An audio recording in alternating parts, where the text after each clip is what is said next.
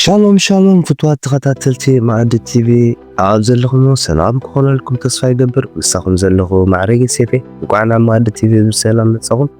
لا لومي فيديو مع artificial intelligence وي سبسورحو بالحي كمي لمتيو كم اون بخمين عبزن نتقوم المعبر سرعاتات كم زمعابل حسيبكم تفولتو لا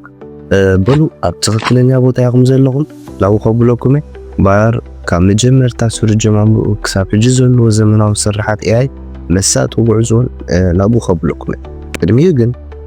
ሳብስክራይብ ብምግባር ንኻልእ ዝሰርሖም ቪድዮታት ክትከታተሉ ንዓይውን ሓገዝ ስለ ዝኾነ ሓንቲ ግዜ ክሊክ ንግበራ። ኦኬ artificial intelligence ሎሚ ኣብ ኩሉ ቦታ ኣሎ። ካብ ቻትቦት ምስ ኮምፒውተር ምዝርራብ ጀሚርካ ክሳብ ብዓለም ዝዝወረ መካይን ከምኡውን ብዙሕ ምስ መዓልታዊ ህይወትና ዝተሓዝ ወይ بدك سبات زبير زنبر السرعات كتغال الزغل نجري جن كمية يعني نزلت إحنا حاسبكم خطرة لابتمسات تاريخ artificial intelligence اللي حد آخرنا قدامه حسابات كسبت السرعة تنبار نزي مثلا بمجمرة artificial intelligence بالقال بجون ماكارتي استبع لدي computer scientist تمازن كوانتوغنا سور AI كسبت انتاو غريخ جن يملس ካብ ጽውጽዋያ ግሪኻውያን ከም በዓል ታሎስ ዝኣምሰሉ በላሕቲ ኣውቶማናት ክሳብ ከም በዓል ኣሪስቶትል ዝኣምሰሉ ቀዳሞት ፍልስፋታት ከም ደቂ ሰብ ንምዝዛን ዝኽእላ ማሽናት ዝሓለሙ artificial ፍጡራት ዝብል ክሳብ ዝዘንቀሉ ንደቂ ሰባት ንዘመናት ክሳብ ሎሚ ለሲጥዎን ዘሎ ዛንታ AI ንምፍጣር ዝሕግዙ መሳርሒታት ግን ኣብ መበል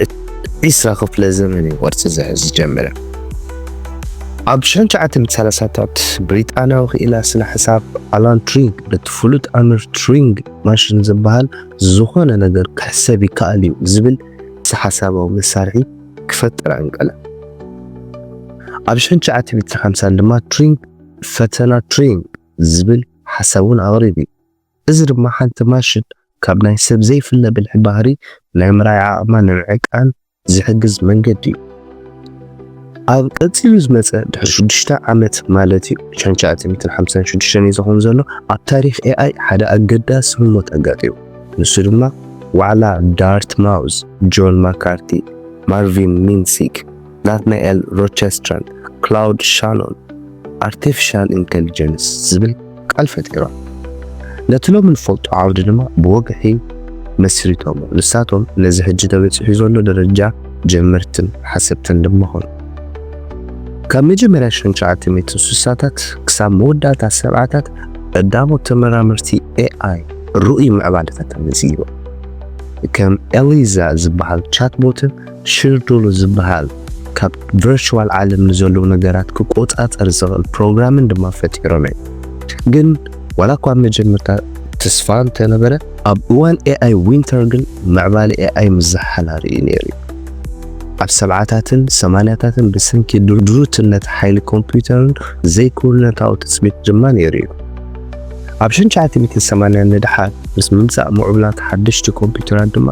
ብዙሕ ለውጢ እንዳገበረ ኸደ። ኣብ 2010 ድሕሪኡ ድማ ነቲ ሓቀኛ ዓቕሚ AI ክግንፍል ጀመረ። ስርዓት AI ኣብ ከም ምልላይ ምስልን መስርሕ ተፈጥሮኣዊ ቋንቋን ከም ደቂ ሰባት ምዝርራብ ዝኣምሰሉ መድያት ንደቂ ሰባት ክበልፁ ዝኽእሉ ደረጃ ይበፅሕ ከም በዓል ጉግል ኣማዞን ከምኡውን ቴስላ ሕጂ ልሙድ ዝኾነ ቴክኖሎጂታት AI ንምዕባል ድማ ጀሚሩ ኣብዚ ግዜ ድማ ኣብ 2020ታት AI ካብ ዝኾነ እዋን ንላዕሊ ምዕቡል ኮይኑ ኣሎ ከም GPT ዴል زامسلو جنراتيف موديلات موزوتات بمقار AI صحف وي مثلي ولو الموسيقى زي بزجرم تخكلك يعني وي دس بلا قراربا كفتر كيلي AI بزح زسرحلو بزح مقبالات زكاتته كبعدن ززورا مكايد والقاويان حجزت ماشينات كمون AI زحجزني حكمنا مديات سنة طلاب سنة صحف كوتا كله ودسب كجبر زقل كله درجة عبز بيزيد نبتشوي أما تأخا AI انتي خريئن انتي وقت سنك AI بغض نهاري معبلالو اتي تخولتات مودة اتاي بلو كاب AI زمرحو ولك او مدهانيت ክሳብ ኣብ መዓልታዊ ህይወት ዝሕግዙ ዝኽእሉ ሮቦታት ክሳብ ተወሳኺ ስርሒታት